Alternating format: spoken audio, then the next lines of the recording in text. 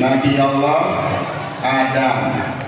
Manusia pertama yang diciptakan Allah Nabi Adam. Ya, memang betul. Namun nur cahaya Nabi Muhammad sudah lebih dulu Allah ciptakan 2000 tahun sebelum diciptakan Nabi Adam. Cahaya tersebut terus bertasbih. Malaikat ikutan bertasbih karena tasbihnya cahaya itu. Lalu Allah Ta'ala mencampur cahaya Nabi Muhammad dengan tanah sebagai bahan penciptaan Nabi Adam. Lalu diciptakanlah Nabi Allah Adam melalui nur Nabi Muhammad sallallahu alaihi wasallam. Kemudian dari Nabi Adam cahaya itu berpindah ke tulang sulbi manusia pilihan Allah Ta'ala.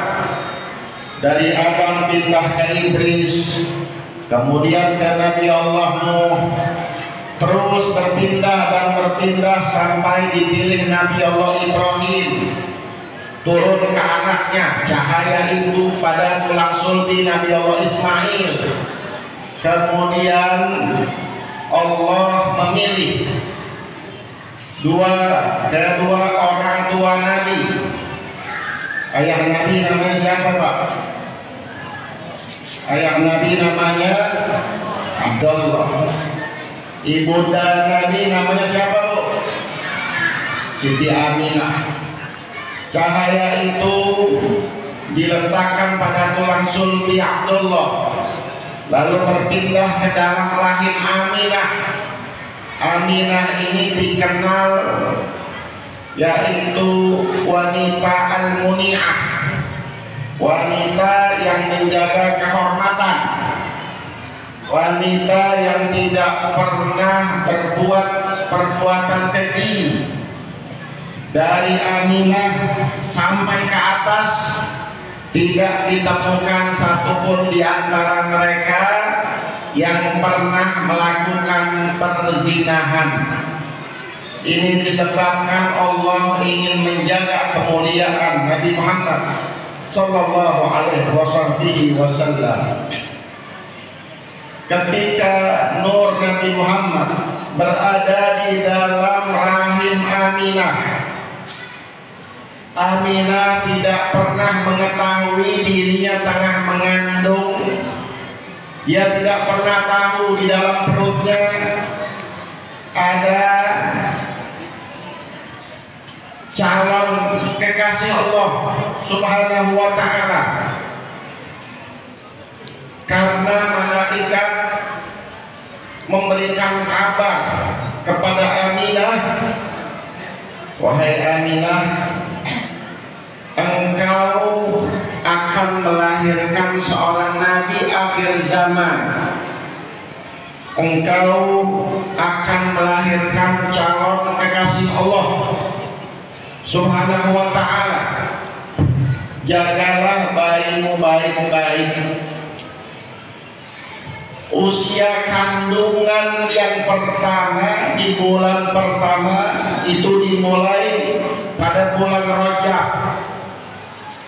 Setiap bulan Aminah melihat di dalam mimpi ialah para anbiya, para nabi-nabi.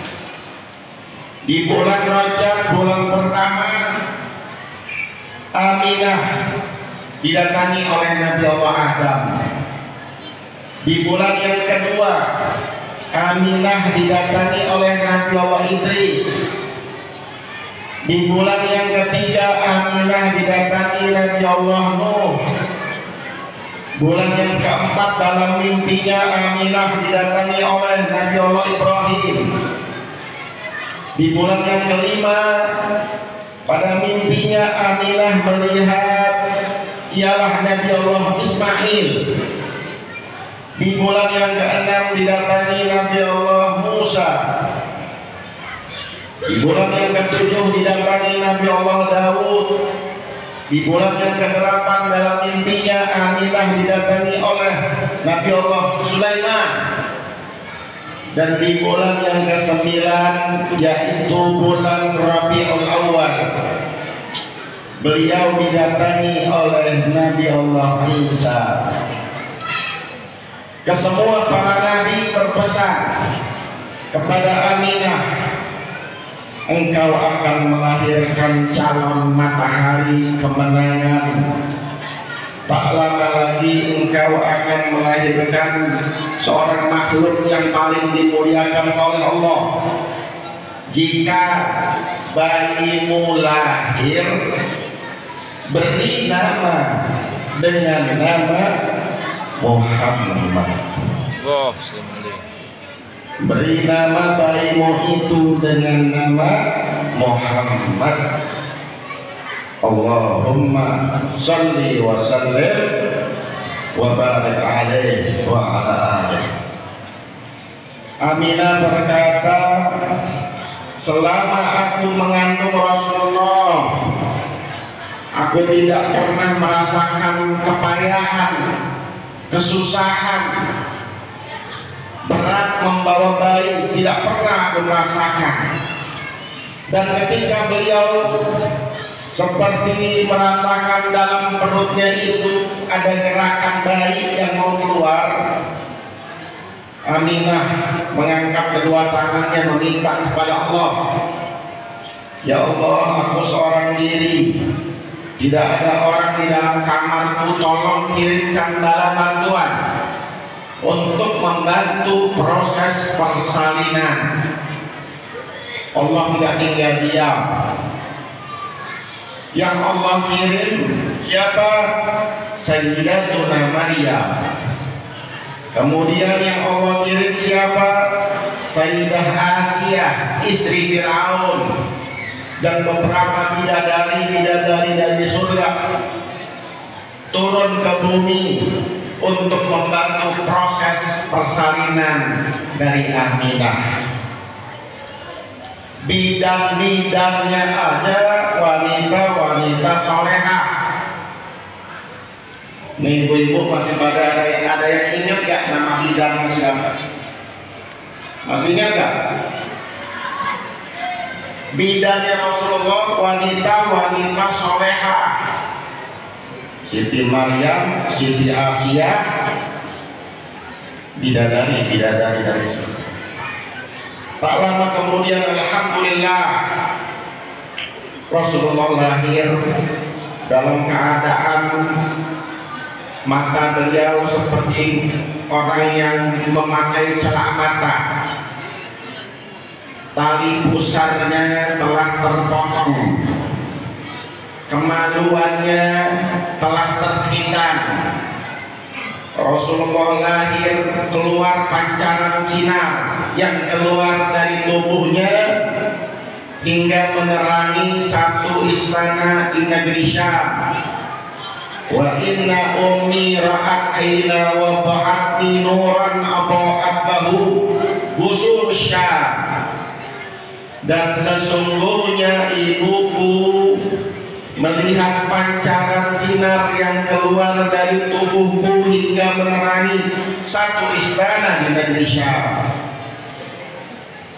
Di Persia biasanya orang Majusi itu mereka menyembah api.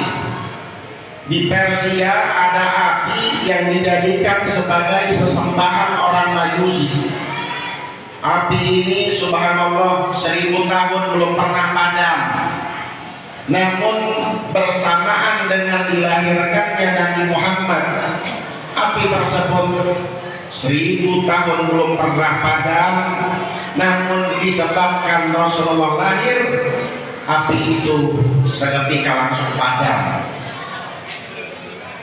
Patung-patung yang ukurannya kecil, ukurannya besar, yang ada di dalam Ka'bah, di luar Ka'bah, seluruhnya berjatuhan untuk menyambut lahirnya baginda Nabi besar Muhammad sallallahu alaihi wasallam.